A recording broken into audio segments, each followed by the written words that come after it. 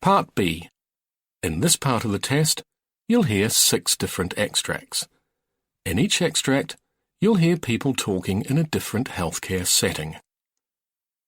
For questions 25 to 30, choose the answer A, B, or C, which fits best according to what you hear.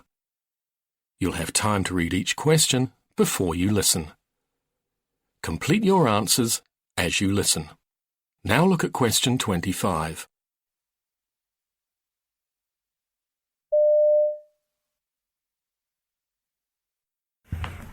Okay, afternoon guys. I'm sorry, it's been a bit of a short notice. We've been having a few incidents of IV gel co-infections.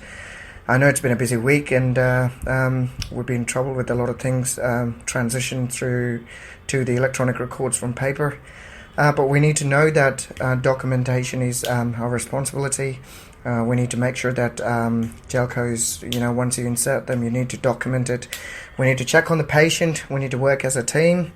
The handover should be precise, and we need to check all these factors. We need to bring down these incidents. We can't allow these to happen. Last year we had a patient died of an infection, so we need to make sure that it doesn't happen again. So that's why I called you guys up. Let's start our day by not killing a patient. How about that? Question 26. During your stay, we will work to keep you as comfortable as possible. Unfortunately, it is unrealistic to feel zero pain after surgery. Our goal is to manage your pain at levels allowing you to participate in physical therapy and other activities. We have many tools to attack pain, starting with the peripheral nerve catheter, or PNC, inserted into your operative leg by the anesthesia team. The PNC delivers numbing medication to surround the nerve that supplies feeling to your hip or knee. We supplement the PNC with other medications as needed, either in pill or IV form. One big help in controlling your pain is to keep your new joint active by moving and working with therapy. Lying in bed too long can result in more pain as the joint grows stiff. In addition to pain medication, you will receive a 10-day supply of Lovenox. Question 27. Mr. Fernandez is a 52-year-old gentleman who was admitted to the ER last night. He lives with his wife Judy and was found down at home. They also noted he had lower extremity swelling for 5 days and was experiencing some shortness of breath and weakness. When they arrived to the emergency room, he was found to be in atrial fibrillation with a rapid ventricular rate between the 150s and 160s. After 2 boluses of diltiazem, he was started on a drip. He has 2 peripheral IVs, an 18 gauge in his left hand and an 18 gauge in his left. Both were started in the emergency room. Mr. Fernandez is a high fall risk because he fell at home. His bed alarm is on at all times and his call bell's within reach. Mr. Fernandez, since you fell at home, you're considered a high fall risk, so we need to keep the bed alarm on at all times, okay? Okay. And if you need any when you get up, you need assistance, so make sure that you call when you're getting out of bed. I will use this red button on this. Okay, so we can count on you guys to call when you need help, right? I need to go get a report on my other patients, so I'll be back in about 20 minutes, but if you need anything, make sure you call, okay? Okay, thank you. Sounds great. You're welcome. Question 28. I've been a nurse for about 11 years now. I started off in cardiac, which I loved, but I was working nights and I wasn't in love with that. And then after that, the school where my kids go to school opened up, and so I was a school nurse for several years. And during that time, I just felt like I had a lot of kiddos coming to me with just a variety of issues that were more behavioral issues, such as they were maybe harming themselves in some way, or maybe having some really big anger issues that they did not really know how to cope with or deal with. And I would try to help them as best as I could and get them some community support. But I really felt like I did not have all of the answers that I personally felt like I needed, or I felt like I needed a little more training. So I ended up leaving the school and worked full time. Question 29. It is true that athletes are specializing at a younger age than they did a decade or 2 decades ago. And that does create overuse problems with doing the same repetitive motions year-round, which is why we typically recommend for kids, hey, enjoy everything, be involved in everything, do a lot of different things. There will always be sports that one athlete will excel more at than another, but it's still healthy to be a multi-sport athlete and use different body parts and different mechanisms. And when you're growing and developing, that has a different impact on your body where you have open growth plates versus when you get older and those growth plates close. And if you're doing the same repetitive activity in a specific area with an open growth plate, you can have a problem there. Question 30. This is one of our mannequins, the SimMan Essential. He is capable of being a healthy patient. We can also program in variables on him that cause him to be unhealthy patient as well, because as we know, most of our patient population these days aren't your typical healthy patient. So when we bring the students into the room for the simulation, they are able to do an assessment of listening to heart and lungs on our mannequin. They can do a neurological evaluation of his eyes as well. Shortly thereafter, then, we go ahead and start the anesthetic procedure. So we start by giving him some oxygen by the mask. Obviously, he's still awake at this point in time. And then the students are expected to start the drug administration. And I am on a computer in a different room able to program the drugs that the students are giving. And then the mannequin responds to the drugs by either going to sleep or getting sleepy. So that the students then can carry on the procedure that's been outlined for them. What's neat about these mannequins, we can mask ventilate them, we can put special airway devices in like an endotracheal tube. If they don't happen to get the endotracheal tube in the right spot, he has a blue light that'll light up in his mouth to show them the patient is not getting enough oxygen. I'm on the control and I can make the heart rate and the blood pressure change parameters as well. So it's a learning experience for them so they can identify maybe they didn't put the endotracheal tube in the right place. He also has IV access, so we can do IV practice on him. We can give the drugs through the IV. That's typically how you do it in anesthesia. That is the end of Part B. Now look at Part C. Part C. In this part of the test, you'll hear 2 different extracts. In each extract, you'll hear health professionals talking about aspects of their work. For questions 31 to 42, choose the answer A, B, or C, which fits best according to what you hear.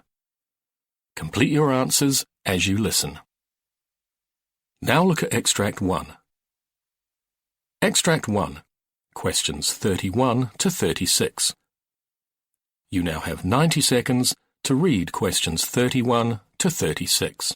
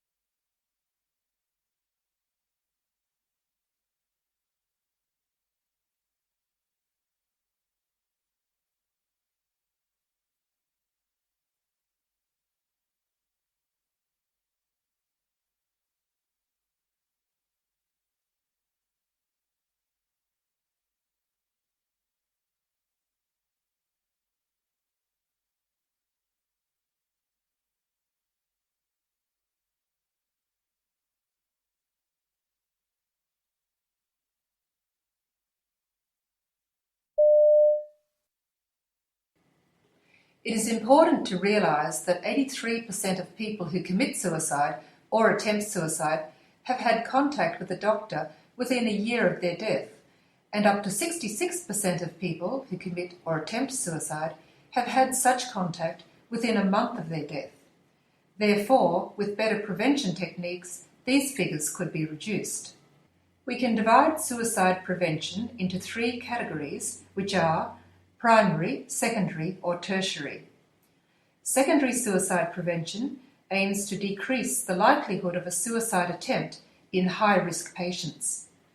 Tertiary suicide prevention occurs in response to completed suicides and attempts to diminish suicide in a particular geographical area or in a particular age group. I would now like to look at secondary suicide prevention in more detail. Secondary suicide prevention is particularly important, but not always given the attention that it deserves, in part because research into secondary prevention is only just starting to be applied to clinical practice. Now, from a clinical perspective, suicide is often difficult to predict due to its complex nature. The three major risk factors that contribute to suicidal behaviour are biological, psychological, and proximal stresses, which are recent events that can lead to increased suicide risk. Firstly, there are biological risk factors for suicide, which include low blood cholesterol levels, medical or neurological illnesses such as multiple sclerosis, stroke, Huntington disease and epilepsy, cigarette smoking. Secondly, there are psychological risk factors which include a childhood history of physical or sexual abuse, aggressive personality traits, low self-esteem, and poor access to psychiatric treatment. Thirdly, there are proximal stresses, or the recent events that can lead to increased suicide risk, and these include relationship problems with a spouse, partner, or loved one, financial troubles caused by unemployment or large amounts of debt, a family history of suicide, major depression, and drug abuse. The clinical evaluation of the medical and psychiatric history of a patient and of their current state is the crucial and essential element of the suicide assessment process. It is important because it enables the identification of risk factors in order to determine the patient's immediate safety and the best setting for treatment, and also to develop diagnosis and treatment strategies.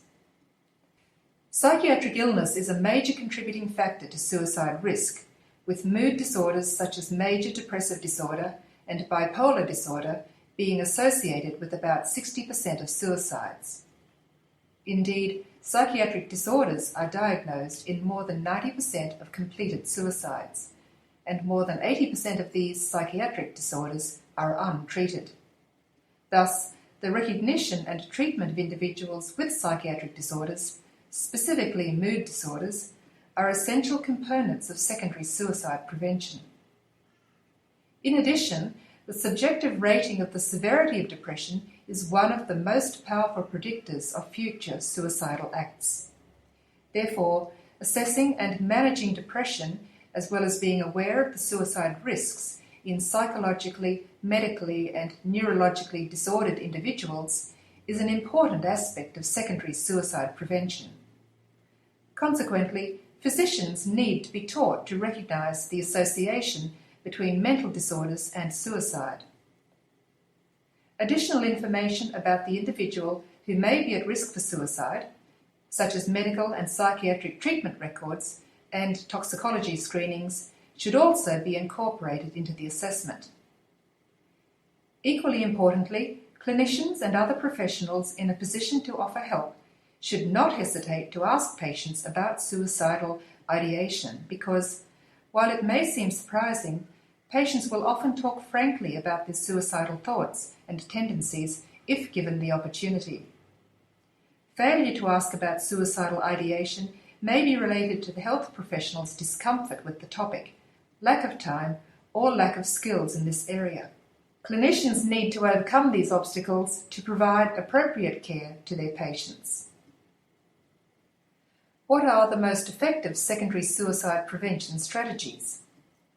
In a recent systematic review of suicide prevention strategies, Mann, along with other researchers, found evidence of effectiveness in 5 secondary suicide prevention methods, including pharmacological interventions, psychological interventions, follow-up care, reduced access to lethal means, and responsible media reporting of suicide.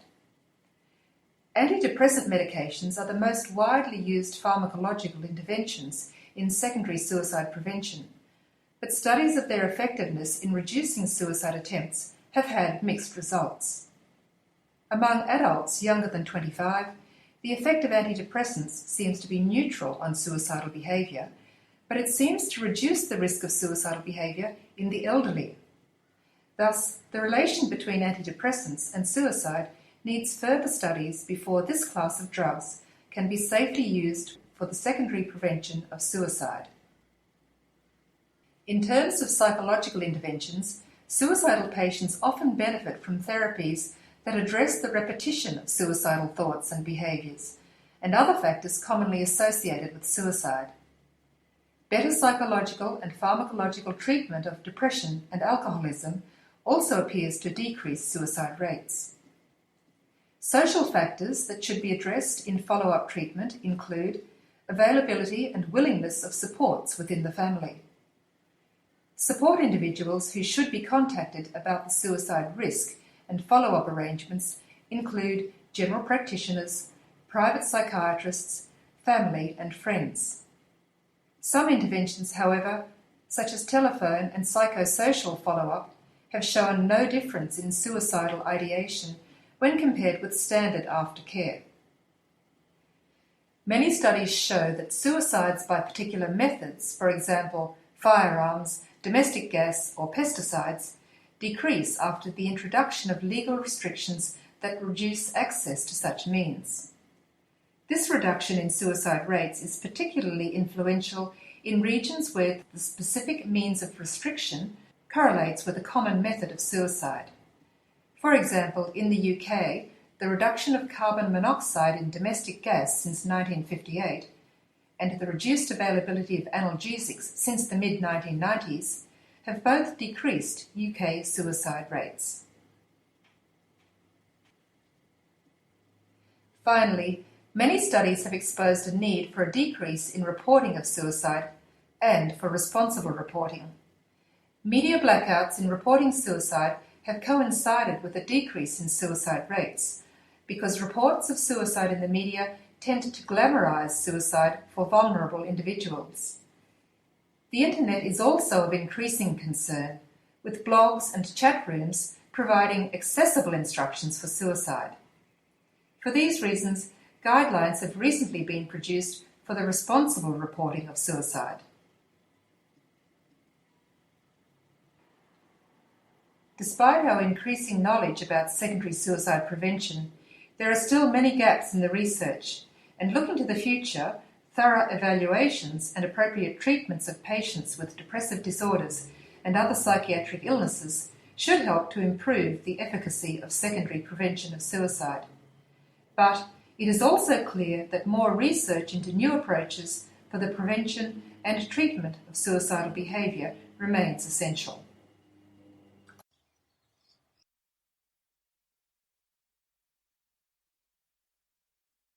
Now look at Extract 2. Extract 2, questions 37 to 42. You now have 90 seconds to read questions 37 to 42.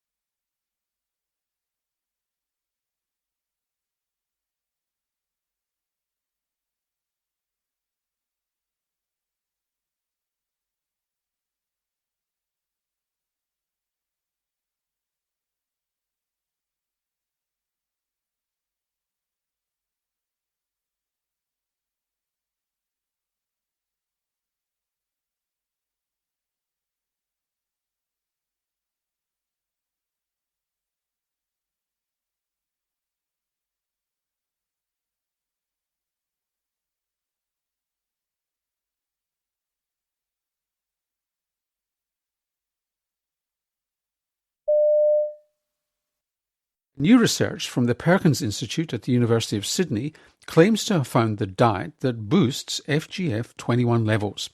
One of the lead scientists on the study was Samantha Solon-Beat of the Perkins. Welcome to the Health Report. Thank you for having me.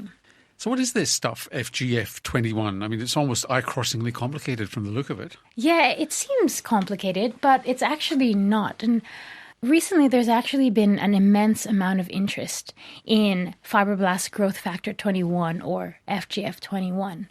And this hormone has actually recently been called this fountain of youth hormone, which we know can be influenced by diet. And the reason why FGF21 is so interesting is because high levels of this miracle hormone, as it's called, has actually been shown to play a huge role in influencing appetite, improving metabolic health and immunity, and even extending lifespan in mice. Now, something that sounds so good to be true is usually too good to be true. At this point, there are no adverse effects shown with increased levels of FGF21. In fact, a lot of studies are now being done to investigate FGF21 as a therapeutic target for the treatment of diabetes and cardiovascular disease. Let's just double back, Sam. A year or so ago, we had Steve Simpson, who's the director of the Perkins Institute, talking about this 25 diet study where they studied 25 diets in mice to see if you could replicate the life-prolonging effects of a low-calorie diet, where extremely low-calorie diets in some animal species, in fact all animal species, it seems, apart from humans because it's not been proven yet, increases life expectancy or lifespan. Is the FGF21 really the heart of this matter? We think it actually could be. Certainly in this study, we've shown that a diet low in protein and high in carbohydrate is the most effective way to increase levels of this miracle hormone. And that this diet was also associated with several markers of improved metabolic health in mice. So tell us a little bit about this study. Well, what we actually did was performed a really large mouse study, as you said, where we took 858 mice and offered them a range of different diets to see how macronutrients, such as proteins, carbohydrates, and fats, as well as total energy, could interact and influence levels of FGF21. And you found? And we found exactly that we could use diet to increase the levels of this FGF21 hormone, and that a low-protein, high-carbohydrate diet was the most effective way for increasing this miracle hormone.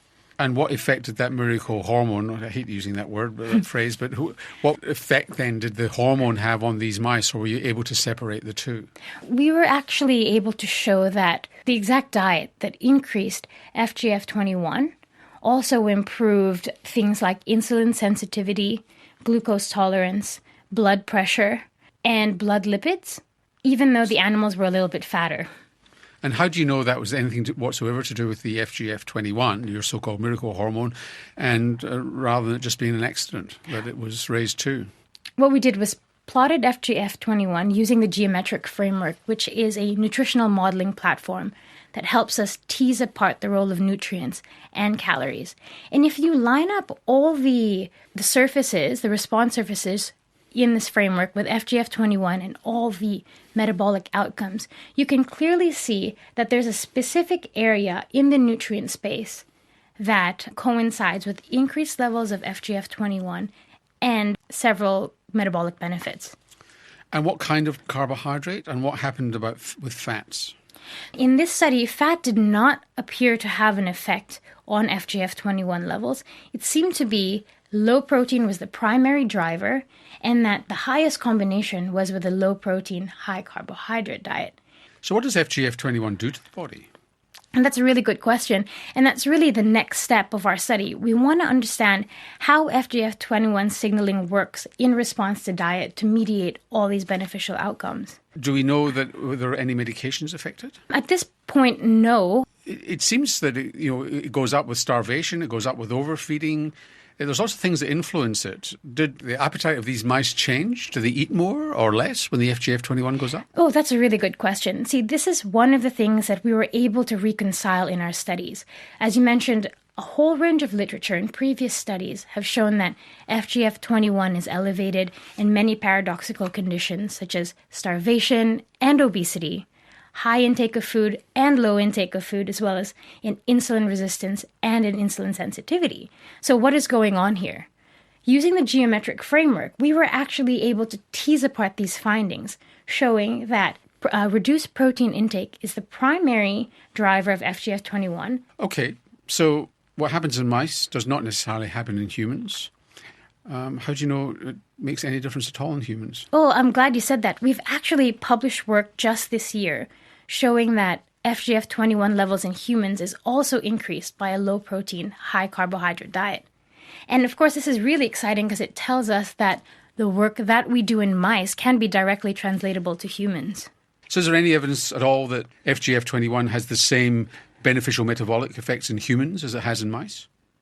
Yes, there is definitely evidence to suggest that high FGF21 levels is directly related and associated with several benefits of metabolic health in humans as well. So we should put it in the drinking water then, do we? Yeah, probably. That seems to be the case, yes. How would it work? I mean, obviously, a hormone like this is probably destroyed in the stomach. This is not something that you would give directly to people, I assume, in the therapeutic context?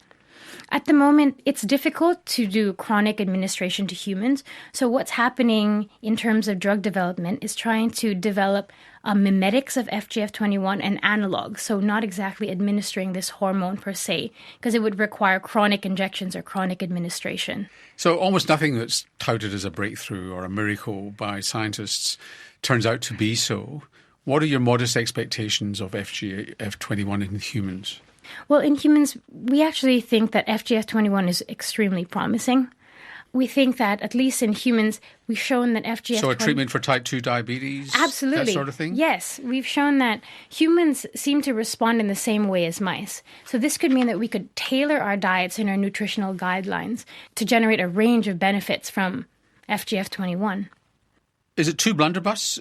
You're describing something that sounds blunderbuss rather than targeted. You're just spraying an effect rather than targeting an effect. If you can do anything with it, it's going to be a very wide set of actions which you're going to find hard to control, isn't it? At the moment, everyone is very interested at FGF21, but no one really knows its mechanism of action. And it seems to be a race at the moment.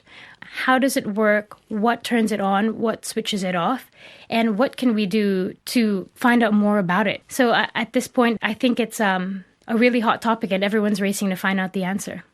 And you hope you'll be first. Hopefully. Sam, thanks for joining us on the Health Report. Thank you so much. Samantha Solon-Beat is a researcher at the Perkins Institute at the University of Sydney, and on our website we'll have a link to our previous interview on the diet and longevity study.